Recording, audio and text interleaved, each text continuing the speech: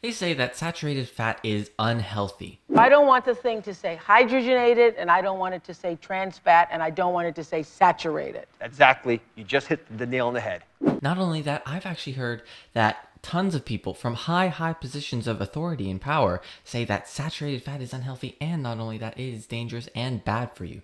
Research has shown that kids consume more saturated fat and less fiber and calcium when they eat out. And read the small print to find an appropriately sized portion that doesn't contain high levels of fat, salt, and sugar. Taking an existing dish and cutting the amount of butter or cream, not enough to sacrifice flavor, we all like flavor, but just enough to make a meaningful difference in the amount of calories and fat. But you know one thing that science doesn't particularly care for when it comes to whether or not the data is correct or incorrect is the fact that authority means nothing in science. It doesn't matter if you have an MD in front of your name. It doesn't matter if you're the president of the United States. It doesn't matter what you are in science, because science doesn't care what you are. Science cares about your data. Now, these institutions, particularly the prestigious ones, might be places like Harvard. It might be places like the Mayo Clinic.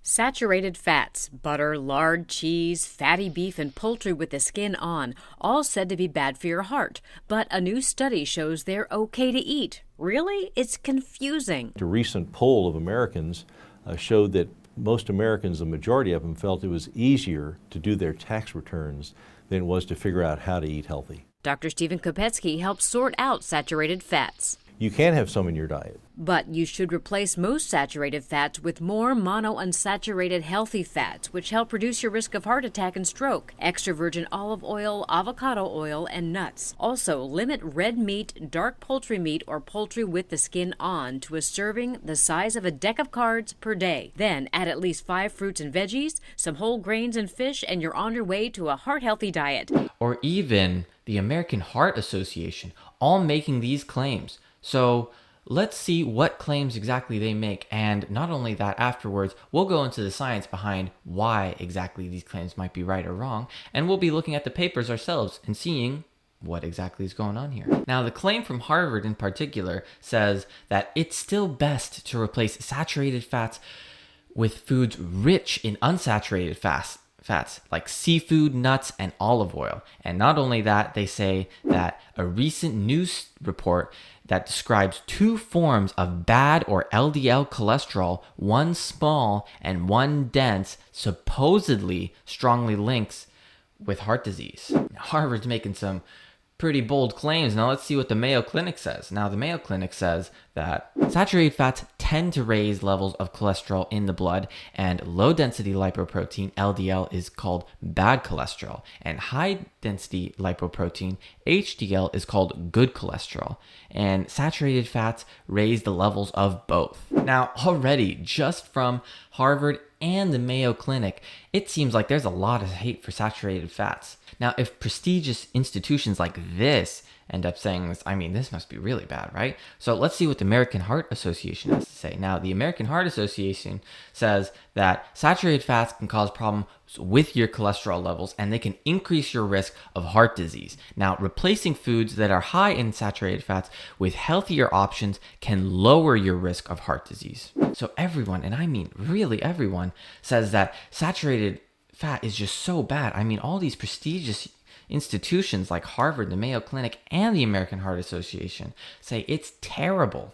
Now, how about we look at the second most cited study on why LDL is basically bad for you, and that's by the CTT. And in the process, we will be looking at not only what they say, but as well as who they might be funded by and following the money. Okay, so what they concluded is that clearly, reducing the serum cholesterol helped reduce the incidence of these cardiovascular events. Let's see if there's anything else in particular.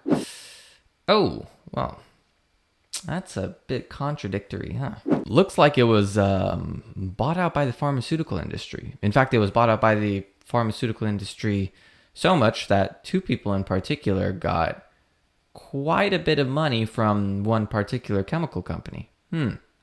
Interesting. And I think the crazier part is the fact that since this study is looking at tons of other studies, they can see that all these tons of other studies were actually bought out by the pharmaceutical industry. Well, I guess maybe that's one way to get data on your side, but let's assume that their data isn't lying and they're actually telling the truth. So we'll ignore the money on this one, but we'll take a look at the next one. Now, most of these epidemiology studies actually use a questionnaire in the process of seeing whether or not they are right or wrong with their hypothesis. Now, that questionnaire could be something like, what did you eat 6 months ago? And what did you eat 3 months ago? Now, I don't know about you, but remembering what you did 3 months ago or 6 months ago is really, really difficult. So I don't necessarily think the data there is going to be too accurate. Now, that's kind of crazy to me because that means that these big institutions like Harvard and the Mayo Clinic, as well as the American Heart Association, are all going off of data that doesn't really seem too accurate or really too helpful. So let's take a look at maybe the first and most cited study, and maybe that'll give us a better understanding. Now, we're going to talk about the Framingham Heart Study. Now, this study in particular, as you can see, it looks like it was, in close association with Ansel Keys. Well, I don't know about you, but I've heard that name Ansel Keys before. In fact, he's the guy who forged his data and was clearly bought out by Big Sugar to show that fat is the problem. And he came up with the lipid heart hypothesis, which we already know is false. So, okay. That's not necessarily a good start to the most cited study on why LDL is bad. Now, we're off already to a little bit of a bad start with seeing that it's influenced by Ansel Keys, but maybe we can get something out of this. Maybe it can be useful. I mean, clearly, even though it was influenced by Ansel Keys, it can't show in the data, right? Well, would you look at that? I can't believe it. They even say themselves that the data clearly showed no relation between dietary intake of either fat or cholesterol and the subject's level of cholesteremia, basically the cholesterol in the blood, or their experience of coronary heart disease. And not only that, the data wasn't properly published because the findings were contrary to the position of the National Heart, Lung, and Blood Association. Well, that's not really that good of a look, because, I mean, not publishing the data and then saying cholesterol is still the problem, there doesn't sound like there's much science going on here. In fact, it sounds like there's a lot of money happening. Well, maybe I'm just missing something, right? I have to be missing something. I mean, places like Harvard, the Mayo Clinic, and obviously the American Heart Association, they're not saying anything that's wrong, right? They're prestigious institutions. And, oh my God, he's actually just citing and basically saying that blood cholesterol is related to atherosclerosis with observational studies. Damn. Well, that's not too good. It looks like we're not going to get anything in particular that's too helpful from these studies. And in fact, it's sounding like there's a lot of money here. There's a lot of money here, in fact. Damn, well, that really sucks. I mean, it looks like there's just money everywhere. I can't seem to find something that seems legitimate. So maybe let's look at another study in particular, and we'll see, based on this study, whether or not things were good or bad with cholesterol. And maybe it'll give us a better understanding. Not only that, we'll see what happened in the study and how they did it. Because clearly these other studies, they all just seem to be bought out. And all their data doesn't really seem too helpful. Oh man, okay, so I did find a study, but for some reason, the data on this one wasn't immediately published. So that's already a little bit suspicious. But let's just give it a chance and maybe there's something good with this one.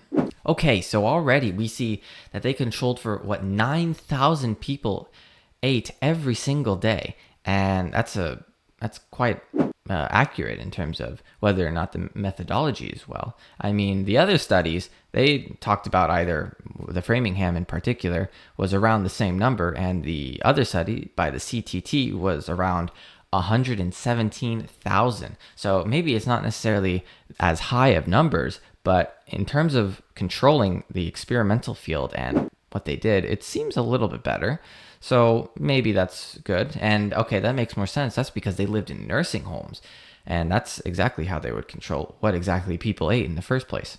Okay, so and not only that, they see that half of the patients ate actually the exact same food as the other group. So okay, but that makes sense. Now, the only difference was the fact that one group had it cooked in animal fats, and that's the control group, and the other group had it cooked in plant fats like corn oil, and their results were exactly the same. Wait a second. Oh no, they found the exact opposite results.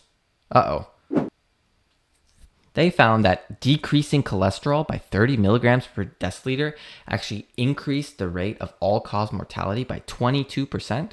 Wow, wait, so that means that if my friend had a cholesterol of 300 milligrams per deciliter, and I had a cholesterol of 100 milligrams per deciliter, that means I'm 140% more likely to die than my friend. That is absolutely insane. Well, because, okay, there's no way this is true because this has to be bought out, right? I mean, if we look at the contributions, we can see that, wait, what? What does the National Institute of Alcohol Abuse and Alcoholism have to do with this? I mean, what on earth? Oh, okay. We also see that the U.S. Public Health Service and the National Heart Institution was funding this.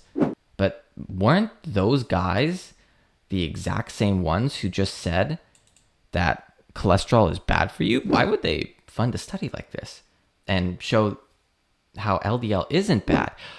Oh, that makes a lot more sense now. Because you remember how I said that they didn't publish the results immediately? And that's a little bit suspicious. Well, now we can see that for some reason, even though the results weren't published in 1970, 40 years later, in 2016, the results finally become published. That's literally 40 years. Oh my God. And, man, that's crazy. They were actually hiding and preventing the data from going out there because it costs money to get all this done. And they basically cut funding once they realized that they were in the wrong. Man, you know, that sounds really familiar, actually. Companies hiding data? Where have I heard that one before? That's that one.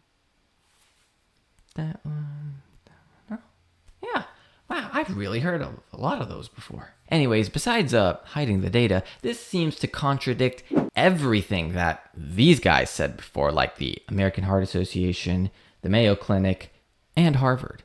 And they're supposed to be prestigious and know-it-alls.